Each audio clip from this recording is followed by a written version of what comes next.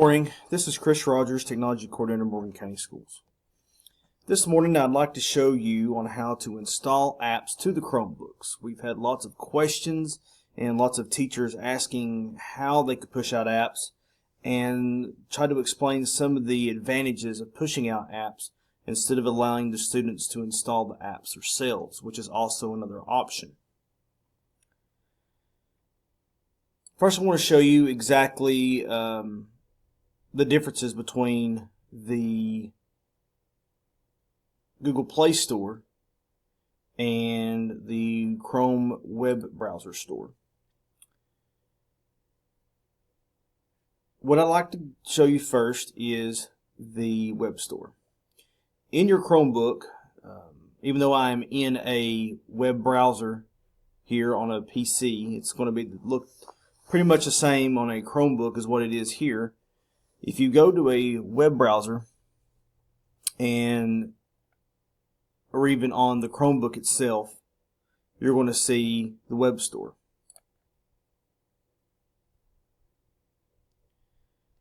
When you go to the web store, you're going to automatically see this is the Morgan County Schools recommended apps, which I can add or remove apps from here. But also, if you go to the apps,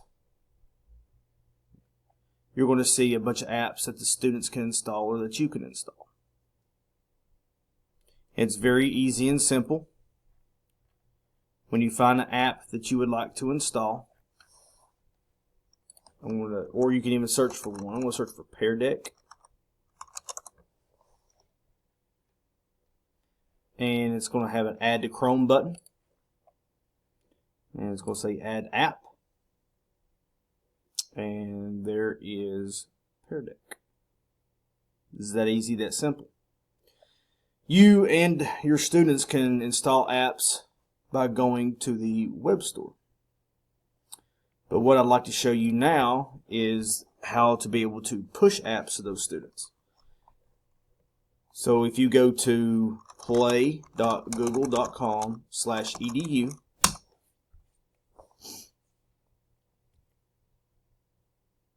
a very similar web store is going to pull up. As you see here on the left hand side, there's Android apps, ChromeApps, and books. As of right now, we are not pushing or using this Android app.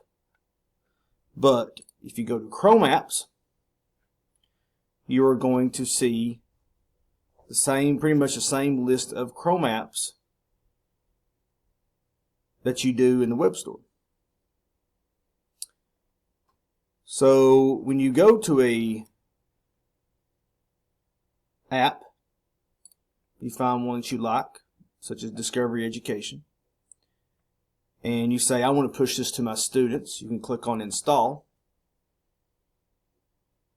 and it's going to say, please enter the student names, email addresses, or groups here. So just for demonstration purposes, I'm going to put Hunters in. That's 24 Rogers H at MCSED.net. And I can click on Install. Success. Discovery Education has been installed for Hunter Rogers. A lot of times the students actually have to sign out of their Chromebook and sign back in, but a lot of times also it'll just pop straight up. Now, another question that has come up is, what is the difference between the student installing it versus the teacher pushing it out? The main difference is the student then cannot remove the app. The teacher controls the app, makes sure that the student does have the app, versus the students complaining of it's not really there, or they have to go back to the web store and disturbing class. You know that if you install that app to that student, that it is there. Another question has been asked, well, especially with paid apps, is this semester I want to use this app, but next year or next semester I do not want to use that app for these certain students. If you go to Manage Content and you go to ChromeApps, you could see all the apps that's been installed and distributed to Morgan County School students and how many students have them. So we did Discovery Education right here. And let's just say you want to remove it from your students because they're not going to use that app anymore. Or if it's a paid app, I can remove that license and then re-add it to my students next semester, for instance. That's a good example as well. I'm going to click on the uninstall, and you're going to see that here's 24 Rogers H. It's Hunter Rogers.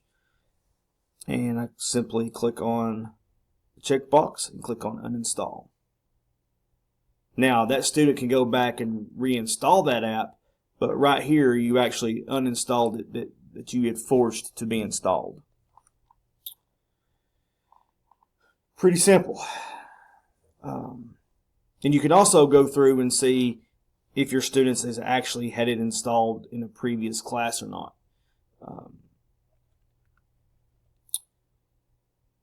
One really great feature, especially for your English language arts teachers, is you notice there's a books app here, or a section. There is hundreds of free apps, or free books I should say, Romeo and Juliet, Alice in Wonderland, stuff like that you can actually push, Hamlet, Macbeth, a lot of books that you all already use in class, and you may have had to buy, paperback copies, or had your students buy copies of these books. Actually, this works the same exact way. If you go to, say, Hamlet, and you're going to assign this book to a student,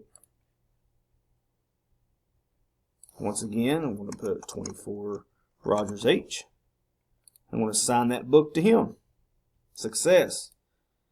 So now, when the student goes to books.google.com, and also there is a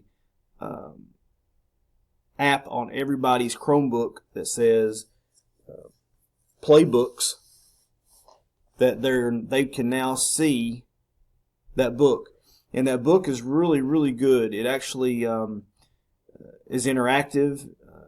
You can search for words inside of the book, such as if they select a state, Google Maps will pull up and actually show you where that area is that book is talking about.